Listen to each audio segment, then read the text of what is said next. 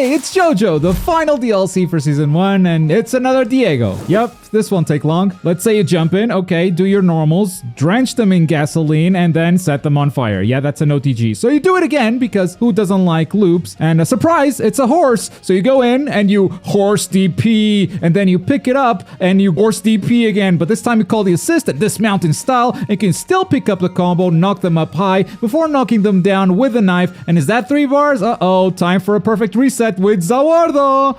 Yeah, so we don't need this attack, we don't need this, and okay, all right. We need all the other attacks. Let's teabag for good measure. Great, now you start over. You drench them in gasoline again, set them on fire, do it again because everybody loves loops. Everybody loves loops, and surprise, it's a horse again. Horse go brrr, horse DP, pick it up, and then you horse DP again, this time with the assist, and yes, it's off cooldown already, and now we gotta go for a different finisher. We've already built a bar for super, and just like that, every character below this line is dead. If you think that's broken, you're right, and this is just the beginning. In fact, we'll talk about why it's possible to go even further beyond. Like this guy, he put 3 time stop resets into a single combo. He basically kills this character twice. But before we do it, let's talk about this character choice. Another Diego. Why? You're telling me that from the entire universe of JoJo's Bizarre Adventure, you couldn't come up with a better character choice than a filler character that you made up for Eyes of Heaven. Okay, the final 2 DLC characters for this season pass were a bit weird. I don't think anyone asked for Keisho, and Another World Diego feels lazy, like they're reusing some previously built resources to avoid building a new character from scratch. I mean, his normals, while mounted on a horse, are exactly the same as the other Diego. So yeah, this wasn't my favorite choice of DLC, but at the end of the day, gameplay is king. So is this a fun character to play? Yeah, but it's also broken as hell. So I don't know if he'll stay fun once they nerf him, but for now, here's what we have. First of all, you may see a stand, but this is actually a mounted character. It's just that once he's dismounted, once he's in user mode, he's got a stand that's always active. Horse normals are crazy good. Like I said, if you've played the other Diego, it's exactly the same. The standing medium has some range, and this jumping heavy, I mean, just look at it. It's no wonder you can extend combos so easily with this. It will reach the opponent from so far. But from the horse normals, you actually don't get much of a combo unless the opponent is already in the air, because the specials are a downwards knife that doesn't combo, and you also have a teleport that goes into a low with a light attack button, or an overhead with a medium, or a feint with a heavy. So I typically use these to go for some tricky resets,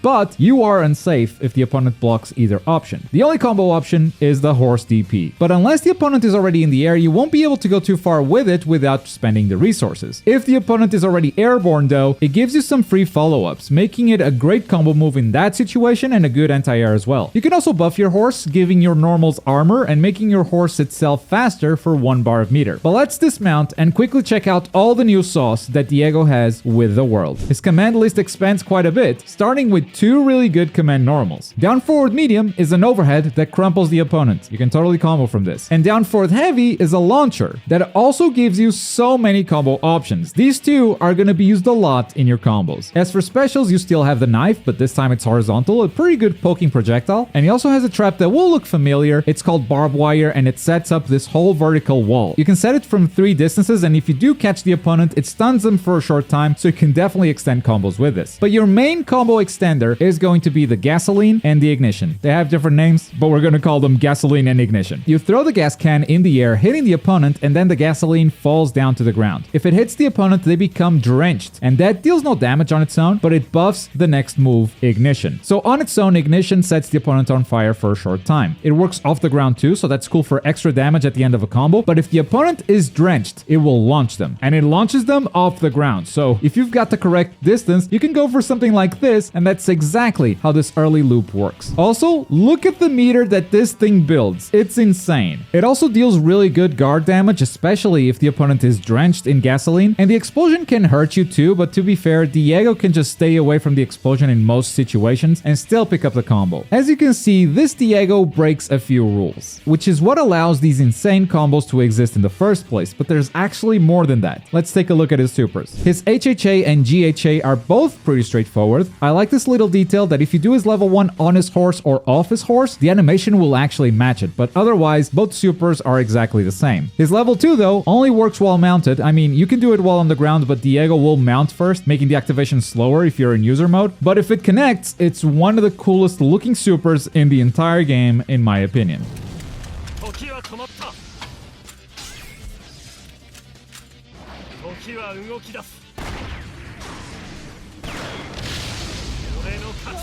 But here's the rule breaker. This Diego has Dio stand the world, which means yes, he can stop time. And this is the best time stop in the entire game. Because if you have 3 bars, it activates so much faster than normal. Here's a look side by side, just so you can see how much faster it is.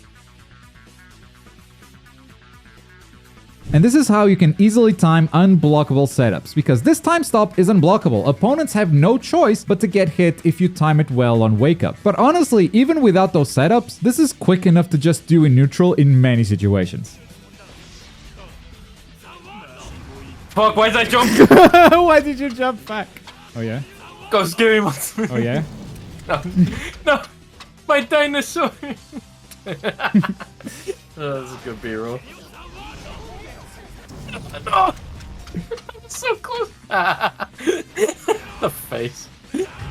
The time stop can activate so fast that if you actually buffer the entire thing, it's actually going to combo, it's not going to reset. It might catch your opponent on a kind of a compromising situation though. Now because this is a part 7 character, you can pick up the Jesus pieces from the ground, but honestly, Diego doesn't need them. 1 piece increases your speed in user mode, 2 pieces allow you to have 2 gasoline traps on the ground at the same time, and 3 pieces buff your guard gauge. So yeah, if you find the pieces, get them, but don't go out of your way to pick them up, he mostly doesn't need them. So is this character good? Yeah. Does he have good neutral? More or less. I mean, the horse normals are great, and he can also teleport from full screen with an overhead or low. Yeah, that teleport works full screen. So that's strong even if it is punishable on block. Does he have mix? Some mix for sure. Not only that overhead or low, but he also deals decent guard damage, so you definitely don't want to block him for too long. Does he have damage? I mean, are you serious? You want to go over it again? Okay, so imagine you jump in, you do your normals, you drench them in gasoline. Hi, Chibi Globku here, and while that's happening in the background, I just wanted to let you know, in case you missed it, that Bandai announced the second season pass for this game. So we're not done with DLC. There's 3 more characters coming, and we know that they're from part 5, part 4, and part 8. I mean, part 8 is obviously Jojo, right? But the other 2 DLC, they have some options. I wonder who they're gonna add. It's surprising that they're releasing a season 2. I mean, surely they've looked at these numbers, but I guess Japan doesn't have computers, so who knows how alive the scene is over there. And ultimately, this is a good thing. People are still hosting tournaments for this, both offline and through Parsec, so it's a good thing for the competitive scene, and they've made some good changes in this latest patch. Not only balance changes, but you can now wait for an online match in practice mode, which I know, better late than never, but if you think about CC2's previous games, did anyone expect this change? So that's cool.